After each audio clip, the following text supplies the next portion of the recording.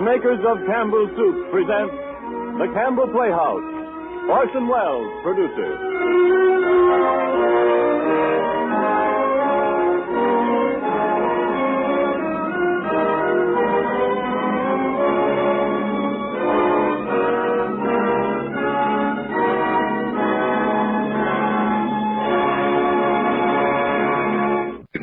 This is Orson Welles. Tonight we broadcast a Pulitzer Prize play by a great American dramatist. Simple enough story, more point than plot, more truth than glamour. Tonight, dear listener, we won't try to take you out of yourself, but if we can, we'll take you back. Back to 1910, remember? If you were our hero's age at the time, maybe you won't want to. When Richard Miller is the protagonist tonight, I guess the easiest way to take him is to try to pretend he isn't us. Dredging briefly down into the carefully forgotten depths of his awkwardness, your obedient and will tonight attempt to perform Richard Miller. The lifelike coloring, as far as possible, will be maintained. But our wilderness is best remembered for another character. To play Richard's father, the only actor I could think of who could follow George M. Cohan, Will Rogers, and Lionel Barrymore is Ray Collins. Just set it here. Okay. Now look out for the fuse. Keep it straight. There's the match. Right, now the minute I light this, put the can on top of it. There it goes. Quick! Run! Run! Get out! There's no room yet. All right, well, the biggest critter there ever was. Sonny, what are you doing? Oh, nothing, Mother. Just 4th of July. Yay!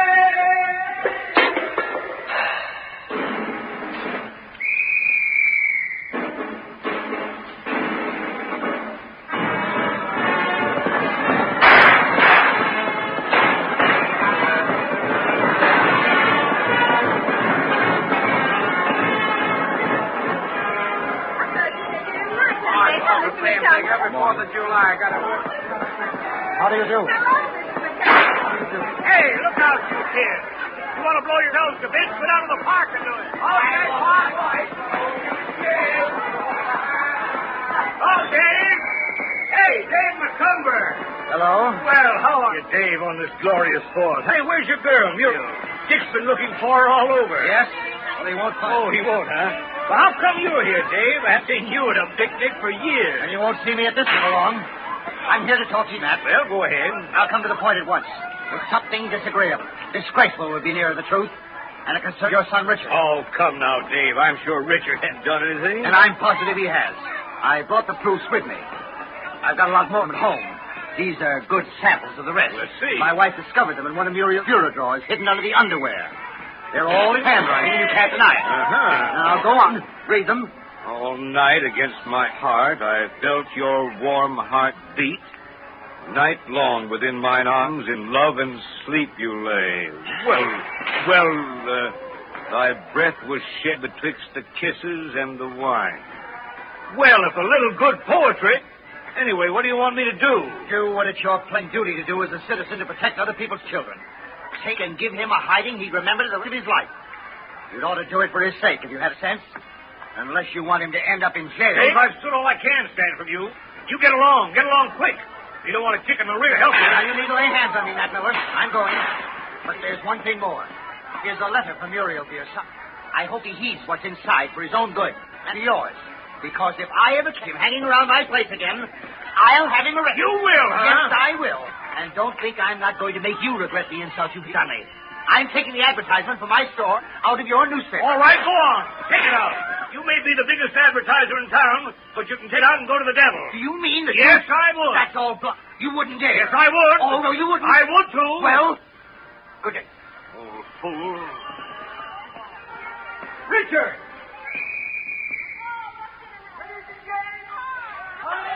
To remind you that the regular Independence Day baseball game between the Light Company Hornets and the Whipple Dairy Line will take place promptly at 2 o'clock at the Bears House.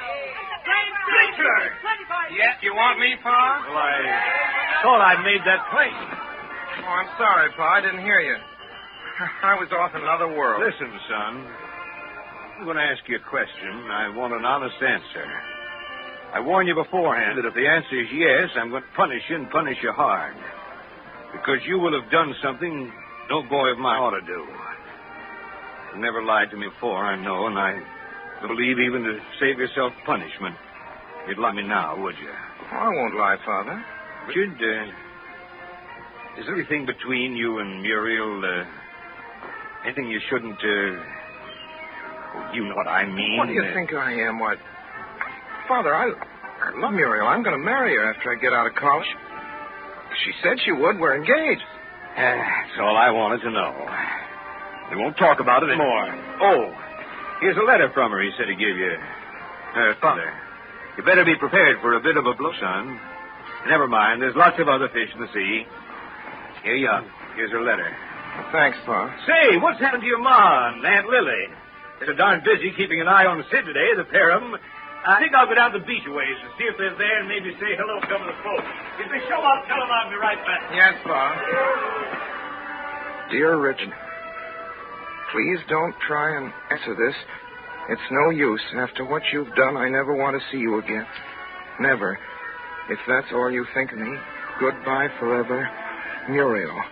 The little coward. I hate her. She can't treat me like that. I'll show her. Oh, Richard! I'll show her. Richard! What is it? Here's Win looking for you. See, Win, here he is. You owe me a nickel. I told him you'd be here. Hello, Win. Oh, hello, Dick. Hey, Tommy, get up. I want to talk to Dick. What? Me? After I told you where he was and come all the way over out of the water to show you? Go on, Tommy. Here's a dime. Now get up. There's a good kid. Okay, I don't want to listen anyway. I'm going into the water. Say, Richard, I'm in trouble. What is it, Win? Can I help? Can you keep your face shut? I can't. No. I'll tell you what it is. I ran into a couple of swift dates from New Haven this noon. I did them up for tonight. The 4th, you know. Now I can't find anyone to go with me. I guess I'll have to pass it up. I'm broke. I can't afford to blow them both a drink. I got $11 saved up. I could loan you some. Say, you're a good sport. Oh, nix, kid. I don't want to borrow your money. Say, have you got anything on for tonight? No. Want to come along with me? You mean? I'm trying to lead you astray, understand? You don't have to do anything. Not even take a glass of beer, unless you want to. Oh, what do you think I am, a rube? You mean you're green for anything that's doing? Sure I am. You'll never drink anything besides sodas? Sure, lots of times. Beer and slow gin fizz and Manhattans. Hey, you know more than I thought. Can you fix it up so your folks won't get wise? Ought to be easy on the 4th. Sure. Don't worry about that. Okay. Then you be at the Pleasant Beach Hotel at 9 o'clock. Sure. In the back room. That's easy. Watch your step, kid. So long. So long. I'll show her. Lily, if that person brought home the barbecue, I'm sorry for her. That's all I can say. Oh, hello, Richard. Hello. What did old man McCumber want? Saw him way down the beach talking to your pa. Something foolish, I'll bet, the old blue nose. I did. Well, Richard, what do you want? Well, ask Pa. Why, whatever's the matter with you, Richard? Football. Lily, don't you spoil Oh, Ma. moping around that way and on the Oh, 4th of Ma. July, too. Oh, darn 4th of July anyway. I wish we still belonged to England. Richard, you come back here. Richard. No, he's a queer boy. Sometimes I can't make head or tail of him. Hey, Sid, where do you think you're going? I wondered where Nat was. I thought I'd go down the beach a ways and look for it. Are you sure that's all you're looking for, Sid? Why, Essie, are you by any chance insinuating? You know what I mean. Now, you see how it is, Lily, when my own sister thinks the worst of I'm me? not thinking of seeing. I'm just remembering what happened last year at the picnic. Last year? Why, what happened last year? Oh, it will happen again, There's Tom Chaplet since you've been on the paper in Waterbury. That's what he swore to me last night, didn't you, Sid? Pure as the driven snow. That's me. Oh, Sid, you're a caution. Well, go on down the beach. And when you find that, you bring him back here. Do you hear me? Don't you two start talking around with everybody. It's getting late. We'll have to be starting home. Somebody got to get supper ready. Yes, Essie. And Sid, remember your promise. I swear to you, Lily, that if any man offers me a drink, I'll kill him. That is, if he changes his mind. So long. And you tell Nat if you want back in 15 minutes. We're starting home, do you hear? With Tommy and Richard. We're taking the car, and you two come home anyway you see. You Sid? Sid?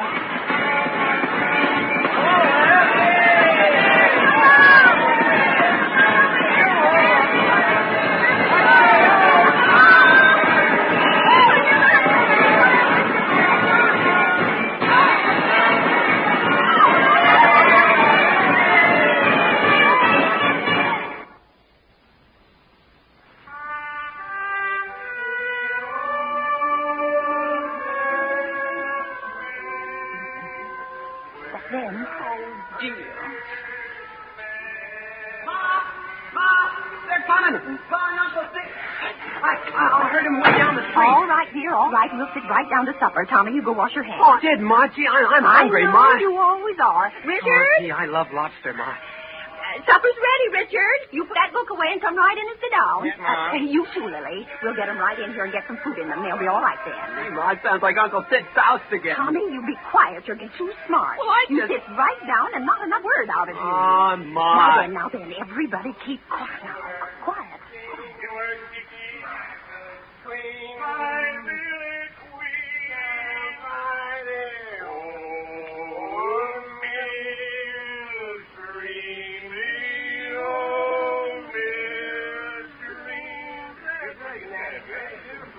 Here we are, Eddie. Here we are. You come right in here, Dad. Don't stop to wash up or anything. Supper's on the table. All right, Lily, you start passing the soup. Well, I see. Here we are. Round the dot. Here we are. So I see you're here, and if I didn't, you've told me 4 times already. Oh, Essie, don't be critical. Don't be carpingly critical. Good news can stand repeat, can't it? Of course it can. Nora, bring that soup here this minute. Well, well, well. Well, well, well. It's good to be home again. Now, start eating, everybody. For good sakes, where's Sid? Essie, I think Sid's sort of embarrassed about coming in. Down on the beach there, he had such a lot of friends, and, well, you know, 4th of July's like Christmas, comes but once a year. Don't pretend to notice, huh? And don't you kiss, you hear? And don't you, Lily. Very well, Nat. Sid! Sid! Sid, come on in.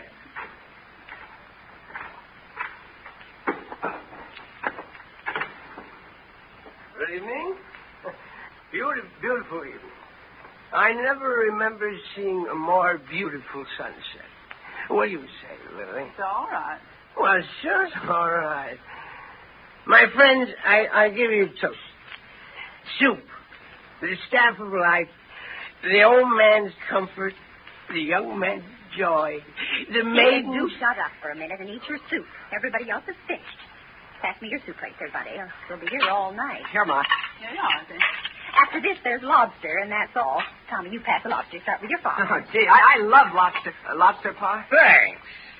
Have a good time at the beach, Tommy? Oh, fine, Pa, thanks. The water was wonderful and warm. Swim far? Yes, for me, but that isn't so awful far. Lobster, Aunt Lily? You know, speaking of swimming, I never go down to that beach with what it calls to mind the day I and Red Sisk went swimming there, and I saved his life. Red Sisk, huh? I thought we'd have them. Have what? Oh, nothing. You go on with your swing, Nat. Don't you mind me. Uncle Sid, lobster? Oh, thanks. Red Sisk, yes, sir. We kids called him Red because he had the darndest red crop of hair. Joe. What? The curious imagination of little children. Sid, eat your lobster and shut up. Go on, Dad. Well, as I was saying, Red and I went swimming that day. Might have been, Aren't you eating your lobster? let me see. Red was 14. I was only 12. 41 years ago. There was a stake out where the Whistling Boy is now, about a mile out. Oh, a steak, huh? Gee, Ma, I love lobster. One more sound out of you, young man, you leave the table. You eat your lobster, Nat. It's all the rage. Well, if I'm going to be interrupted every second anyway. How's Albert's mother's rheumatism, Tommy? Better, Ma. She was wading today. She says salt water is the only thing that really helps her bunion. Tommy, where are your manners? The table's no place to Well, as I was saying, there was I and Red, and he dared me to race him out to the stake and back. Well, I didn't let anyone dare me those days. A spunky kid I was. So I said, all right. We started out. And all of a sudden, I heard a sort of a gasp from behind me, like this. Help!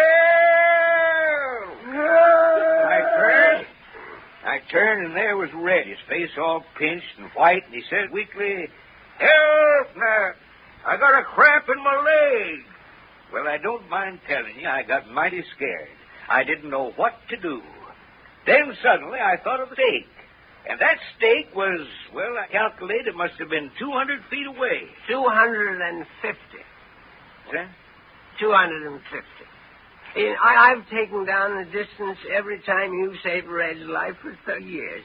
And the mean average distance to that stake is 250 feet. Dead. I get it, Sid. Sorry, folks. I guess I've told that one too many times and bored everyone. I'm getting old, I guess, Mother. Getting to repeat myself. No such thing. You're as young as you ever were. Did you eat your lobster? Maybe it'll keep your mouth shut. Oh, sure. I'll eat my lobster. Ladies and gentlemen, I give you lobster. Lobster, the staff of life. Mercy sakes. Can't you shut up? Ma, look at Uncle Sid. Eating that claw shells and all. See, you want to kill yourself? Take it away from him, Lily. Well, I prefer the shells. All famous lobster lovers prefer the shells. Sid, he'd better go right up to bed for a while. That's what he'd better do. Oh, bed? Yeah, maybe you're right. Immediately, if not sooner. Oh, but wait. Ladies and gentlemen, there is still one duty I must perform. No day is complete without Lily, answer once and for all. Will you marry me? No, I won't. Never. Right. Perhaps it's all for the best. Right. Good night, ladies. And then we'll meet bye-bye down by the old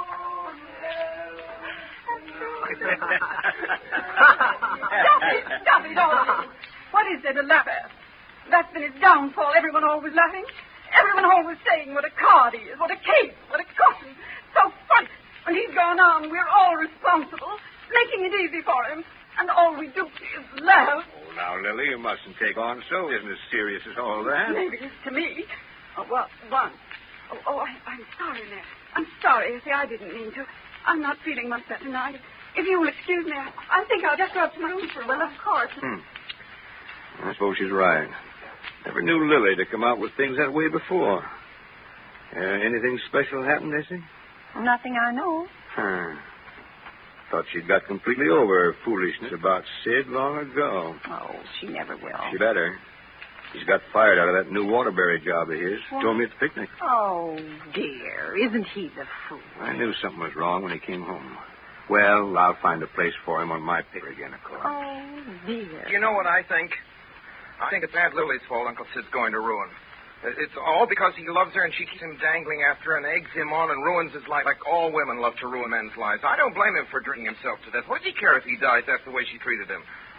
I'll do the same thing myself. And I would if I were his booze. Richard, you stop that talk. Drink, for you know not whence you came, nor why. Drink, for you know not why you go, nor where. Drink! Richard, I'm ashamed of you. That's what I am. Ma. Come on, Nat. Let's go into the parlor and give Nora a chance to clear away. Really? Where's that boy talk? Now on, Richard. You keep that darn fool talk to yourself, or you're going to regret it. You hear me? Yes, Father. That's about all I can stand of your nonsense for one day. Oh, what do I care? I'll show her. The little coward.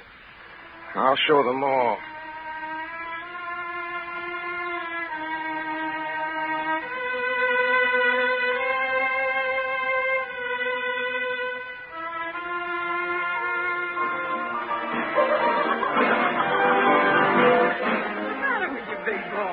Haven't you ever been to a place like this before? Oh, sure I have. Lots of times. What do you think I am anyway? I don't know, kid. Honest, you got me kidding.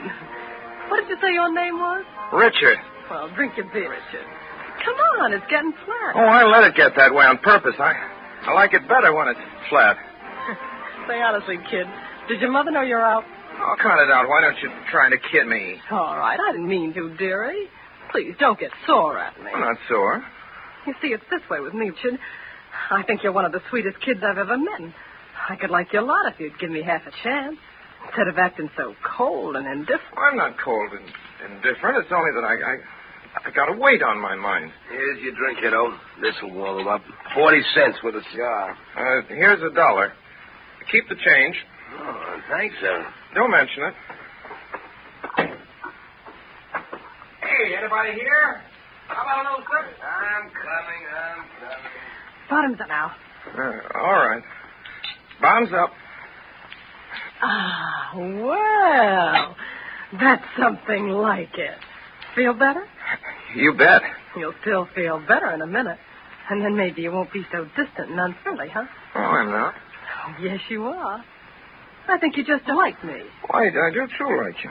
How much? A lot? Yes, a lot. Show me how much.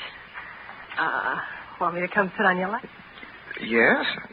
Well, now you're talking. There. How's that? Swell. Why don't you put your arm around me? Oh, no, not that dead way. Hold me tight. You needn't be afraid of hurting me. I like to be held, don't you? Sure I do. Then why don't you kiss me? All right. You call that kidding? Here. What's the matter, honey boy? Haven't you ever been kissed before? Sure, lots of times. Then why'd you jump as if I bit you? Gee, I'm getting crazy about you. Come on, kiss me again. I can't. I just remembered. I sworn off. Sworn off kissing? What do you mean you've sworn off? I took an oath I'd be faithful. So death do us part. Who's the girl? Never mind. I'm not good enough to talk about her, I suppose. I didn't mean that. You're all right, only you wanted to do this kind of thing and right for a nice girl. What's the trouble, sister? Young hopeful here getting annoyed? Maybe you'd like a change of atmosphere. No, he's all right, I guess. A little soused. Mind if I join your party? All with me. I got no party on. So. I forgot much, Cinera. Gone with the wind, flung roses, roses riotously with a throng. Yea, hungry for the lips of my desire. Hey, what's he talking about? Let's have another drink. You've had enough. What is it, a child poet or a child actor? Don't know. Let me guess. Well, sister, if you could check that cradle robbing act, maybe you and I could have a little fun. That's easy. I just pull my freight. Listen, kid. Yeah? Here's an old friend of mine, Mr. Smith of New Haven's just come in. I'm going to go over and sit at his tape for a while, see, and you better go on home. I'm never going home. I'll show. Each man kills the thing he loves. By each, let this be heard. Hey, this is rich. That's swell dope, young fella. Give something more. Some do it with a bitter look. Some with a flaring word. The coward does it with a kiss. The brave man with a sword. I did it with a kiss. I'm a coward. That's the old stuff, kid. All right, all right. Give us another right over the old pan. And then at 10 o'clock, Eilert Lovberg will come with vine leaves in his hair. And bats in his belfry if he's you. Oh, don't mind her, kid. She's just ignorant. Come on now. Come on, kid. Listen, you. Who, me? I don't believe you ever knew her in New Haven at all. You just picked her up now. See, you leave her alone, you hear? You won't do anything for her, not while I'm around to protect her. Oh, listen to her. Wait. Curse you, Jack Dalton. If I won't unhand her, what then? I'll give you a punch in the snoot, that's what. Hey, you cut out the noise. What's the matter? Yes, not my business, brother, but if I were in your booth, I'd this young South Brigade. He's underage. He told me he was over 18. I guess you're right. Come on now, young fella. Anyway, you'll start no trouble. Beat it now. I will not beat it. Oh, won't you? Let go of it. Now, quiet now. Pin him area to your joint. Quiet. Let me go. Let me go. Oh, try and suck me, will you? We'll figure out that. Oh, and now, out you go.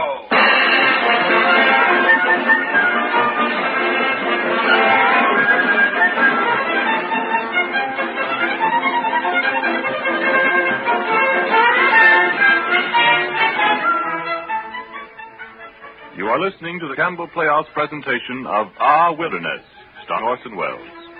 This is the Columbia Broadcasting System.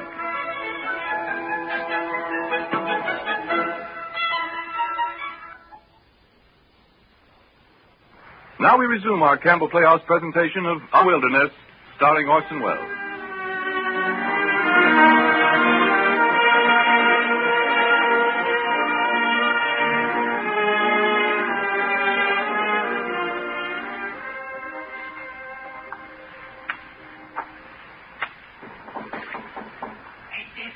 Who's that? It's Tommy.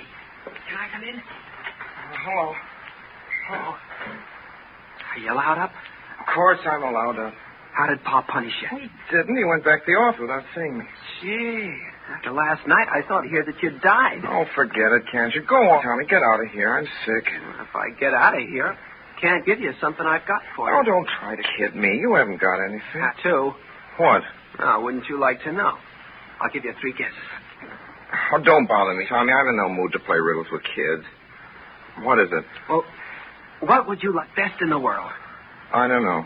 What? It's from Muriel. You mean Yeah, just now when I went by, I saw her waving from their parlor window, and so I went up, and she's give this note to Dick. So I took it. Here it is.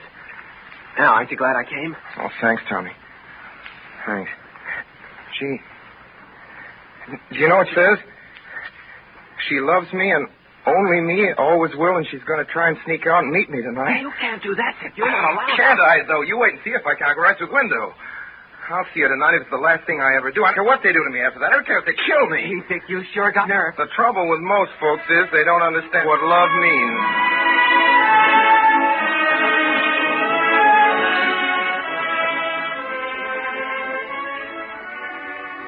Oh, Dick. Dick. Oh. Hello, Muriel. Is it now already? Gosh, time passes when you're thinking. I thought you'd be waiting right here at the end of the path. I'll bet you'd forgotten I was even coming. Oh, no, I hadn't forgotten, Muriel, honest, but I got to thinking about life. You might think of me for a change after all the risk I've run to see. Oh, gosh, you're pretty tonight, Muriel.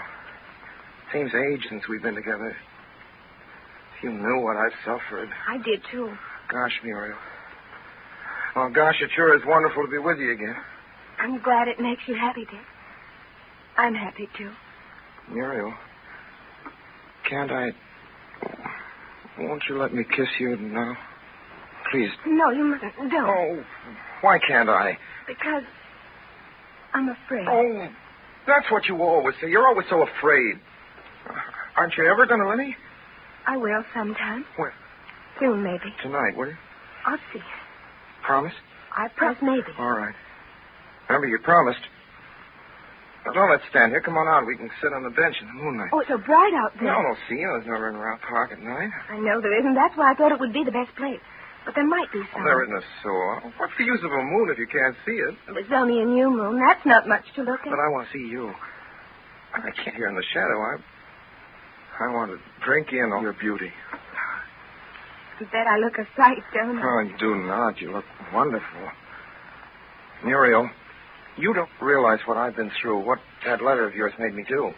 What did my letter make you do? Oh, it's too long a story. Let the dead past bury its dead. No, tell me, Dick. I want to know. Begin at the beginning and tell me. Well, after your father gave me the letter, Muriel, I figured your love for me was dead, and I thought you'd never love me. You'd only been cruelly mocking me, torturing me. Oh, Dick, I've never. You know I've never. I wanted to die, and I sat and brooded about death, and finally I made up my mind I'd kill myself. Dick, you didn't. I did, too, and I thought when I'm dead, she'll be sorry she ruined my life. Oh, if you ever had, I'd have died, too, honest, I would. But suicide's the act of a coward, and that's what stopped me. And anyway, I thought to myself, she isn't worth it. Well, that's a nice thing to say. If you meant what was in that letter, you wouldn't have been worth it, would you? But I've told you. So I said to myself, I'm through with women. They're all alike. I'm not. And I thought, what difference does it make what I do now? I might as well forget her and drown all my sorrows and lead the pace that kills. So after it was dark, I sneaked out and went to a low dock I know about. Oh, Dick Miller, I don't believe you ever. You whack him down at the Pleasant Beach House if I didn't. They won't forget me in a hurry. You went there? Well, that's a terrible place. Paul says it ought to be closed by the police. Well, I said it was a dive, didn't I? And they let me into a secret room behind the bar room. Wasn't anyone there but a Princeton senior, and he had two chorus girls from New York with him, and they were all drinking champagne. Oh, Dick Miller, I hope you didn't. Oh, you ought to have known Pa made me write that old letter. One of them was called Belle. Yellow hair, Belle had. A kind that burns and stings you, you know. I'll bet it was dive. And then what happened? Oh, we just kept drinking champagne, all of us, and she said she'd fallen in love with me at first. And, you know, came and sat on my lap, kissed me. Oh. It's all in fun, and then we just kept on drinking champagne, and... And did you kiss her? No, I didn't. Oh, you did, too. You're lying, and you know it. Oh, I hate you. I wish you were dead. I'm going home this minute. I never want to lay eyes on you again, and this time... Now, Muriel, wait, listen. I don't want to listen. Let me go. Muriel. If you don't, I'll bite your hand. I won't let you. You've got to let me explain. Ouch. You did bite me. Well, all right. Go if you want. If you haven't the decency to let me explain, I hate you, too. I'll go and see Belle. Well, go and see her. If that's the kind of girl you like. What do I care? You can't explain. What can you explain? You don't thought you kissed her. I did not. Said she kissed me. I suppose you just sat and let yourself be kissed. Tell that to the Marine. All right, if you're going to call me a liar every word I say. I didn't call you a liar. I only meant it sounds fishy. Don't you know it does? I don't know anything. I only know I wish I was dead. You ought to say that. It's wicked. I suppose you'll tell me you didn't fall in love with her. Oh, I should say not. Fall in love with that kind of a girl? What do you take me for? How do you know what you did if you drank so much champagne? Well, I kept my head. I'm not a sucker, no matter what you think. Then you don't love her. I hate her. She wasn't even pretty. And anyway, how could I love her? I love you. Well, then, I still love you. Then come back here, why don't you? It's getting late. It's not 2:30. All right. Only I'll have to go soon. Gosh, I'm sorry I hurt your hand. Well, that was nothing. It felt wonderful even to have you bite. There, I'll kiss it. That'll cure it. You shouldn't waste that on my hand. You said you'd let me. I said maybe. Muriel, you know, I wanted so. Will it wash off her kisses and make you forget you for always? Oh, I should say so. I never remember anything but it. Never want anything but it ever again. Then, all right. The moon is beautiful, isn't it? Not as beautiful as you. Nothing is. Won't it be wonderful when we're married? Yes. But it's so long to wait. Oh, perhaps I needn't go to college. Pa, give me a job. Then we'd be making enough. You'd better do what your pa thinks best. And I'd like you to be at Yale. Oh, poor you. Do you think he'll punish you awful? I don't know. I don't care either. Gosh, but I love you. Oh, gosh, I love you. Darling. I love you, too. Sweetheart. Where are we going on honeymoon, Dick? To Niagara Falls? That dump where all the silly fools go? I should say not. Oh, no, we'll go some far-off, wonderful place. Somewhere out on the long trail. The trail that is always new. On the road to Mandalay.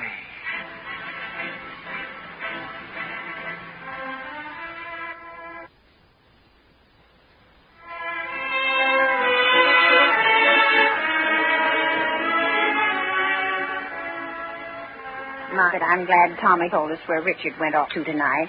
I'd have worried my heart out if he hadn't. But no, it's all right. All right, is it? As for his being in love with Muriel, I don't see but what it might work out real well. Richard could do worse. I thought you had no use for Muriel. Thought she was stupid. Well, so I did, but if she's good for Richard and he wants her, Ma used to say you weren't overbright. Well, I've been bright enough to... Oh, hush up. Where'd you say Sid and Lily had gone off to? To the beach to listen to the band. Oh, I'm glad. What's that? What? Did you hear something? Yes, I did. That's Richard now coming round the house. Nobody else had come that way. I'll go out on the porch and meet him. You better leave him and me alone for a while, I see. Well, all right, I'll stay in here. Call me if you want me. But you'll remember all I said now, won't you? Sure, Essie. Hello, Richard. Oh. Hello, Pa. Sit down, Richard. Yes. No, right here, next to me. That's better. Well, how are the vine leaves in your hair this evening? I don't know, Pa. Turned out to be poison ivy, didn't they? Huh. You needn't look so alarmed. I'm not going to read you any Terence lecture. That'd bore me more than it would you. Still giving you credit for having brains. So I'm pretty sure anything I can say to you, you've already said to yourself. Oh, I know I was a darn fool. You sure were. Not only a fool, but a downright stupid, disgusting. I know, Pa. All right, then. That's settled. Now, one more thing. This girl at the Pleasant Beach House. Oh, Pa, if they've told you about it down there, they must have told you there wasn't anything in it. Honest, Pa, there wasn't. I wouldn't do a thing like that to Muriel, no matter how bad I thought she treated me. Honest. How'd you happen to meet this lady, anyway? I can't tell that, Pa. I have to snitch on somebody. You wouldn't want me to do that. No, I suppose I wouldn't. Well, I believe you. And I guess that settles that. There's nothing more to say. We'll forget it, huh? How are you going to punish me, Pa? Oh, I was sort of forgetting that, wasn't I? Well, I'd thought of telling you couldn't go to college. Don't I have to go, honest? Oh, gee, that's great. Muriel thought you'd wanted. I was telling her I'd rather you give me a job on the paper because she ought to get married soon. Oh, gee, if I picked a lemon, that isn't any punishment. You have to do something to stop that. And you'll go to college and stay there till you graduate. That's the answer to that. Muriel's got good sense, and you haven't. Now, we're finished. We'll call your ma. Jessie. Here she comes. Hello, Ma. Hello, Richard. Nice, a beautiful night. Moon's way down low, almost setting. Yes, I don't believe I've hardly ever seen such a beautiful night. Such a wonderful moon. Have you, Richie? No, it was wonderful down at the beach. I can only remember a few nights that were as beautiful as this. And they were long ago when your mother and I were young and planning to get married. Yeah. I bet those must have been wonderful nights, too. Sort of forget the moon was the same back then and everything. You're all right, Richard. You're a good boy, Richard. Better get to bed early tonight, son, hadn't you? Oh, sleep. I couldn't sleep. Can't I stay out here on the porch and sit for a while until the moon sets, please? All right. Then you'd better say good night now. I don't know about your mother, but I'm going to bed right away. I'm dead tired. Oh, so am I. Good night, Ma. Good night, dear. Good night, Pa. Good night.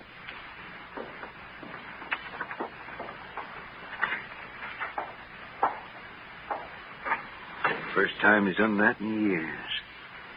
I don't believe kissing between fathers and sons after a certain age. It seems mushy and silly.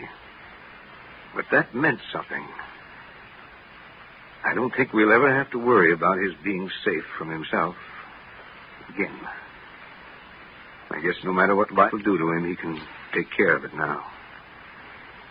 Oh, my darn feet are giving me fits. Why do you bother unlacing your shoes now, big goose, when we're going right up to bed? Yeah, I guess you're right. You mind if I don't say my prayers tonight, Essie? I'm certain heaven knows I'm too darn tired. Don't talk that way. It's real sinful. Oh, that isn't you all over. Always looking for an excuse to... Oh, you're worse than Tommy. Well, all right. I suppose you needn't. You've had a hard day. I'm going to turn out the lights already. Yeah, let her go, Gallagher. Look at Richard out there on that porch. Like a statue of love's young dream. Mm. What's it that Rubaiyat says? Yet that spring should vanish with the rose, that youth's sweet-scented manuscript should close.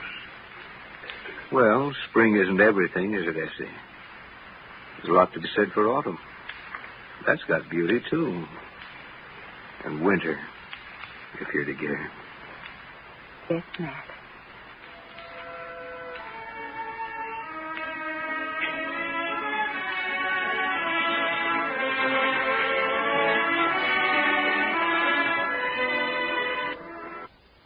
Well, speaking as producer, the worst I can say for our guest tonight is that he doesn't always approve of my productions. Speaking as a citizen with the vote, the least I can say for George G. Nathan is that I always approve of what he writes. I didn't say agree, mind you. Heaven and the entire personnel of Active Equity forbid that I should recite for you a catalog of Mr. Nathan's unmentionably numerous virtues. I needn't remind you of the magazine which he founded, Mr. H.L. Mencken, a magazine from which my theater took its name, and both which should be nameless, nor of the list of his books, which don't need what I'd like to say about them. It's not for me to celebrate the celebrated Nathan prose, that blend richness and astringency against whose infinite variety time and custom seem to be getting nowhere. But let me say this much. Eugene O'Neill's dedication on the first page of Our Wilderness reads as follows. To George G. Nathan, who also, once upon a time, wore peg-top trousers and went the pace that kills along the road to ruin. Tonight, ladies and gentlemen, the Campbell Playhouse rededicates Our Wilderness to George G. Nathan. And we have our own good reasons. They are, among other things, his love of theater, as much as the gift and intelligence with which he served it. Mr. Nathan. O'Neill affectionately dedicated Our Wilderness to me, and it's only in the present tradition of close friendship that I should now return the compliment by saying uncomplimentary things about him. I've known the scoundrel intimately for more than 20 years, and I should like to take advantage of this occasion to tell you confidentially that the popular idea of himself, which he has so cleverly built up through his plays, books which he has had written about him, and the expensive photographs of himself which he has spread around the world, is a whopping fraud. What picture have you got, O'Neill? He is, you believe, a fellow persistently gloomy and morbid, that if a funeral passes his house, his wife joyfully mistakes it for a Mardi Gras carnival. But if O'Neill is gloomy and morbid, all I can say is that someone has got the Scandinavian weather report mixed up with the dictionary. He is so gloomy and morbid in point of fact. Once, while I was staying with him on Sea Island, I had to bribe him with one of my best new Hawes and Curtis neckties to quit singing Rosie, You Are My Posy at top of his lungs after midnight so I'd get a little decent sleep. He roars with delight over Damon Runyon's stories of mugs who go around shaking hands with pieces of Limburger cheese concealed in their palms. He thinks Jack Benny is a scream and worth all the Ibsen actors this side of Stockholm. He wrote, don't forget, This Our Wilderness, which is not only approximately as gloomy and morbid as Charlie's Aunt or the Beer Barrel Polka, but which, I may tell you, had to have 21 consecutive minutes of howling low comedy cut out of the dinner table scenes so following sentimental scenes might stand a chance of getting over. O'Neill, you further believe, given to a large, steady, and copious indignation. In other words, a combination of ingrowing toenail, boil, and second act to the Volterra. Well, as I say, I've been pretty close to the fellow for almost a quarter of a century. And the one and only time I've ever seen him indignant about anything, it was 3 years ago, was when I argued with him that he was a jackass in not believing Joe Louis a top-notch fighter. Prize fighting, incidentally, interests him more than almost anything else, except for sauerkraut. He loves sauerkraut. I've seen him down 6 big dishes of it in half an hour. You've read of being a painfully slow and laborious worker. You've heard that it takes him 2 years even to get to the profound point of putting down the line, Act 1, the curtain rises. It's true he's a laborious worker, but so far as the painfully slow stuff goes, it's often a lot of bunkum. This Our Wilderness, for example, he wrote in exactly 26 days. So you also think that O'Neill, from what you've heard, must be a quick-tempered and nasty rooster in his dealings with the stage directors and plays. I'll give you an illustration out of many. During the rehearsals of This Our Wilderness, Philip Muller, the director, came down to the footlights and suggested to O'Neill, sitting huddled in the third row, that he thought it would be a grand idea if O'Neill permitted him to alter one line in the serious scene then being tried. Why, O'Neill wanted to know. It would, answered Muller, telling how he changed the line, be a beautiful, relieving laugh. Well, quietly mumbled O'Neill, it's funny, all right. In fact, it's pretty darn funny. In fact, it's fine, but, and here our friend gently squinted at Muller, it would be a whole heap funnier if you yourself played the role facing the audience, and then, very, very slowly, while speaking the line, turned around and showed him a large chromo of William Jennings Bryan fastened to the seat of your pants. Muller had no more to say. The scene proceeded as O'Neill had written it, and that's the scene and that's the play that you have heard tonight. The makers of Campbell Soups join Orson Welles, inviting you to be with us at the Campbell Playhouse again next Sunday evening. Meanwhile, if you have enjoyed tonight's Campbell Playhouse presentation, won't you tell your grocer so tomorrow when you order Campbell's Chicken Soup? This is Ernest Chappell saying thank you and good night. My sponsors, the makers of Campbell Soups, and all of us on this program remain, as always, obediently yours.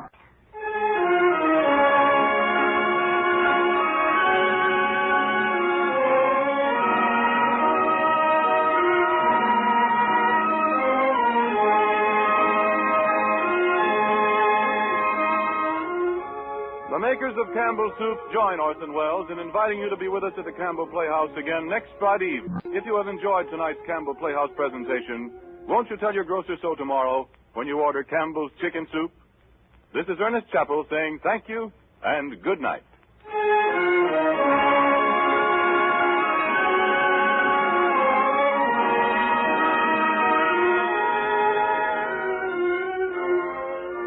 Heard on tonight's show, Manhattan Serenade and Metropolitan Nocturne by Louis Alder, also Alfred Newman, Street Scene. This is the Columbia Broadcasting System.